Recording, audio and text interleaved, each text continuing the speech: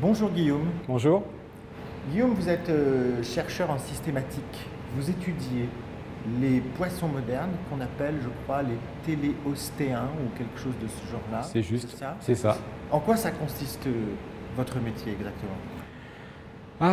Nous sommes les historiens de la diversité du vivant.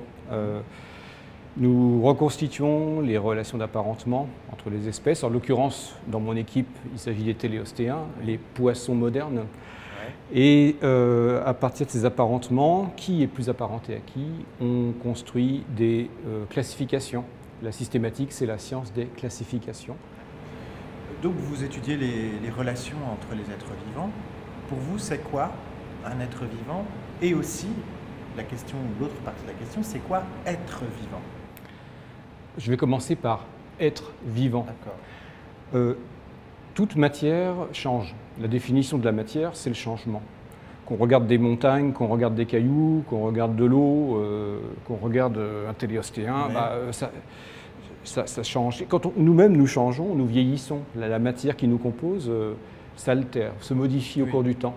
Ce qui fait le vivant, c'est lorsque la matérialité de la chose qu'on regarde change, lorsque la matière change, le produit du changement est transmissible à la génération suivante.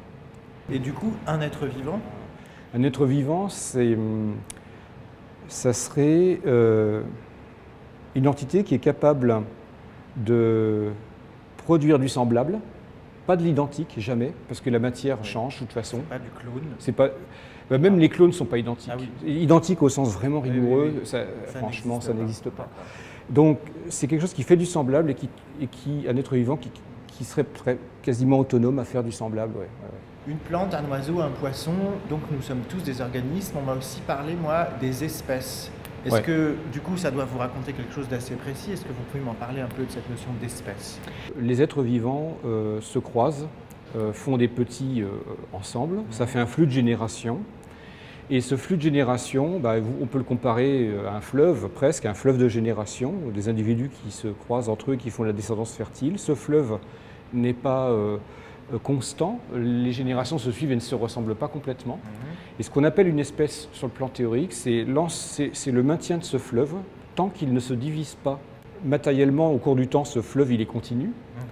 Mais nous devons poser sur un flux de génération qui change tout le temps, nous devons poser des conventions de langage pour arriver à parler de ce qui change. Pourquoi? Parce que si on ne faisait pas cela, eh bien, on serait obligé de donner un prénom à chaque mouche. Bon, moi, je sais qu'il y a des espèces qui disparaissent, mais est-ce qu'il y a aussi des espèces qui apparaissent? Et si elles apparaissent, comment elles font pour apparaître, si on peut le savoir? Alors, si des populations qui faisaient des petits ensemble, tout à coup, pour une raison X ou Y, se retrouvent séparées et ne peuvent plus le faire, un bras de génération qui part à droite, un bras de génération qui part à gauche, si la séparation dure suffisamment longtemps, vu qu'elle continue à changer, mais pas aux mêmes endroits, il n'y a aucune raison qu'elle change exactement de la même façon. Les changements sont aléatoires. Au bout d'un certain temps, si elles se rencontrent à nouveau, eh bien, on pourrait constater, selon les cas, qu'elles ne peuvent plus faire de petits ensemble. Par convention, on va dire, maintenant, ça mérite deux noms différents, parce qu'ils ne font plus de petits ensemble. Et vous en avez un exemple de ça? Oui, tout à fait. Il se trouve que des Anglais ont construit leur métro à Londres, il y a moins de 100 ans. Et nous avions des moustiques à Londres. Eh bien, ces moustiques-là avaient dans leur population des variants. Il y a toujours de la variation, c'est le carburant de l'évolution en quelque sorte. Des variants intolérants aux hivers froids et humides. Et ces variants-là du moustique se sont installés dans le métro nouvellement construit par les Anglais et ont prospéré dans le métro. Pourquoi? Parce que les températures sont tamponnées. Elles sont tamponnées. Il fait moins froid l'hiver, il fait moins chaud l'été, bref, c'est constant. Il y a de l'eau, il y a quand même des mares, et surtout, les femelles peuvent piquer beaucoup de monde. Voilà, aux heures de pointe, on n'a pas trop de... Voilà, elles ont à manger, mais aussi les rats et les souris. Et donc, il y a une prospérité de ces variants intolérants aux hivers froids et humides dans le métro, alors que les cousins de la surface, eux, continuent à faire leur vie à la surface et sont obligés d'observer ce qu'on appelle une pause hivernale. Alors que dans le métro, il n'y a plus de pause hivernale. Ça fait des petits, et donc ça accélère la vitesse d'évolution. Et aujourd'hui, on a fait le constat que les moustiques du métro de Londres, underground, ne se croisent plus avec ceux du dessus. Pour terminer l'anecdote des moustiques, eh bien, la structuration génétique des moustiques du métro de Londres se fait par ligne de métro. En fait, les rames de métro homogénéisent les populations sur des distances de 20 à 30 km. Alors, sur la ligne A, par exemple, la population du bout de la ligne est très proche génétiquement de la population à 20 km de là, sur la même ligne, parce que les rames de métro homogénéisent, mais ne sont pas proches des moustiques de la ligne B, par exemple. Ah oui. Donc, dans les familles de moustiques, on a les sous-familles de la ligne A, les sous-familles de la ligne B, la sous-famille de la ligne C, et les moustiques sont structurés en ligne de métro. C'est formidable. Et l'interdépendance des organismes, ça vous raconte quelque chose, ça ? Et oui, parce qu'il y a plein de degrés dans l'interdépendance des organismes. Si on étudie une interdépendance étroite entre deux espèces, un hôte et son parasite, deux partenaires d'une association mutualiste, par exemple le zèbre qui va laisser des pique-bœufs. Les pique-bœufs, ce sont des oiseaux.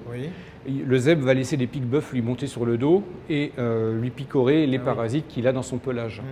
Là, il y a ce qu'on appelle une relation de mutualisme. Il y a une interdépendance quelque part finalement, parce que le zèbre, alors comment dire ça sans être trop, sans prêter au zèbre des intentions qu'il n'a pas, l'association se stabilise parce que finalement les zèbres qui les permettent sont en meilleure forme. Ils subissent moins de pression de parasitisme du fait que les pique-bœufs leur retirent leurs parasites.